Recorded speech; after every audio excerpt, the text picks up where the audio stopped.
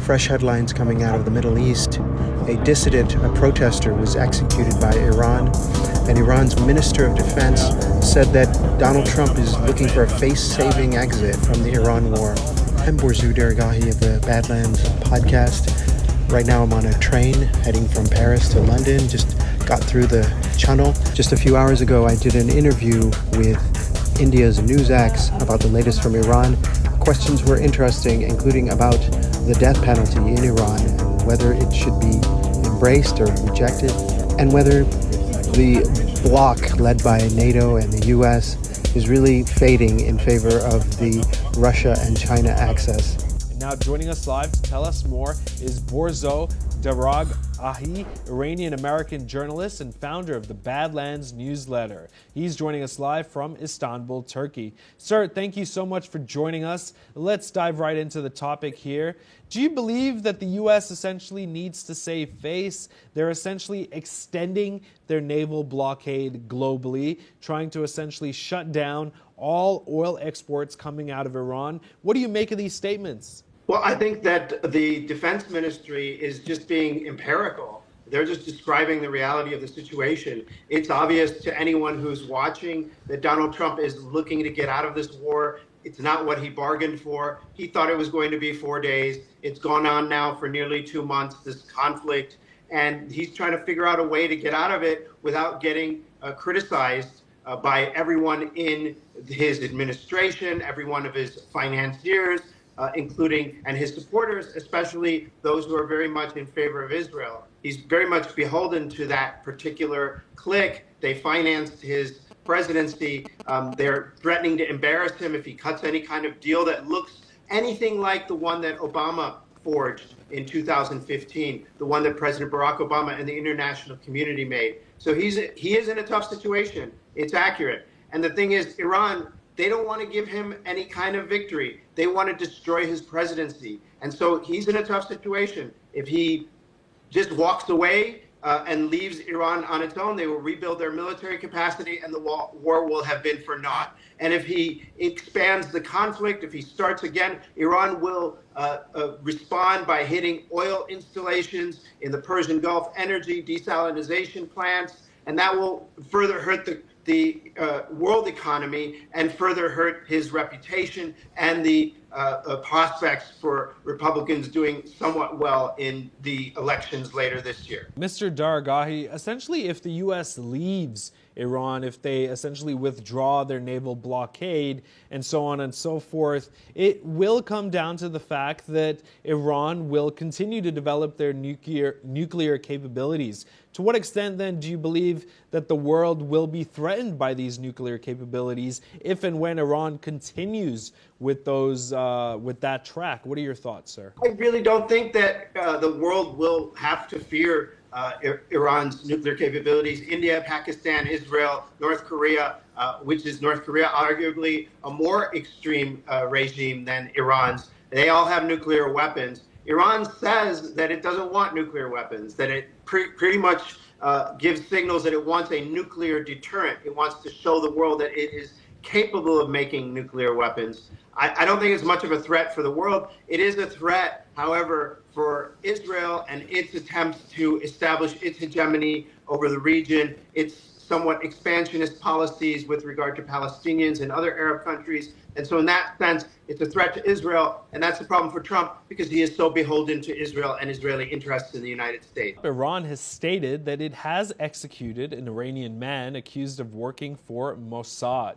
Reports suggest that Irfan Kiani was hanged after being convicted of vandalism and violence during nationwide protests. Authorities alleged he was involved in arson attacks and the destruction of public and private property in the city of Isfahan. Reports claim he also used a machete and spread fear among residents during the unrest. Officials said the execution was carried out after the Supreme Court upheld the sentence and legal procedures were completed. Mr. Daragahi, when it comes down to hangings in Iran, how do you feel that the world is responding to this type of news? Of course, it's 2026. I'd like to believe we live in a modern society, as many other societies around the world collectively. Is this frowned upon? And what are you essentially, how are you directing your readers in the Badlands newsletter towards this type of information? Well, I'm personally against the death penalty in all circumstances. So I think it's not legitimate. It's not legitimate when the United States does it, and it's not legitimate when Iran does it. It's not a. I don't consider it a valid kind of punishment. I don't think it works, and I think that it risks putting an innocent person to death. In the case of Iran, Iran has a horrible human rights record.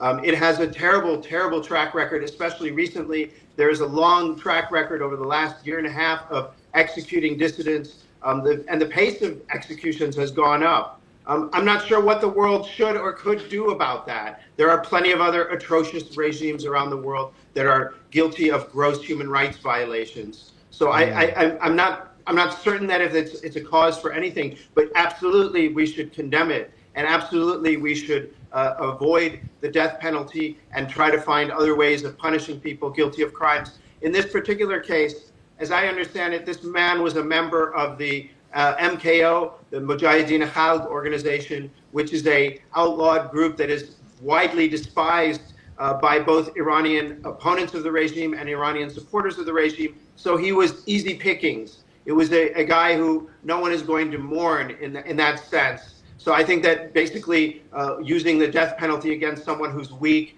probably doesn't have a good defense, probably is kind of socially unpopular, politically unpopular. I don't think that's fair, and I don't think that's legitimate.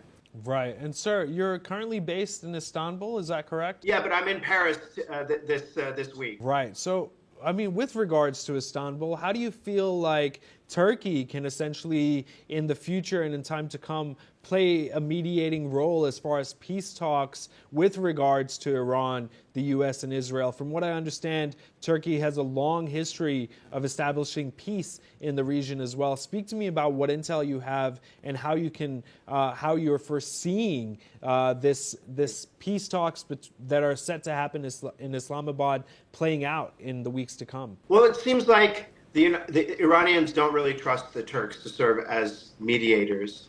They seem to have thrown their lot in with Pakistan for now in terms of serving as the main mediator. They're not even, they were for a while using Oman. I think one interesting development is that Switzerland is reopening its embassy in Tehran, they announced. And Switzerland has long played a role in negotiations between the U.S. and Iran. It played a role in that 2015 deal, the nuclear deal that President Barack Obama forged. So I think that that's a possibility as well. But Turkey, as far as it sees it, it was highly against the war. It sees it as destabilizing. It's terrified of another refugee crisis created by the war. It is highly mistrustful of Israel. Israel has been also threatening Turkey. Turkey has been threatening back. Turkey has a very, very modern military. And meanwhile, Israel saying that, they're next on the list of to-dos for the Israeli government. So I think that they're looking at the situation with worry and concern. Right. Sir, you mentioned the refugee crisis there as well. Like you just mentioned, you're in Paris. Of course, the EU is witnessing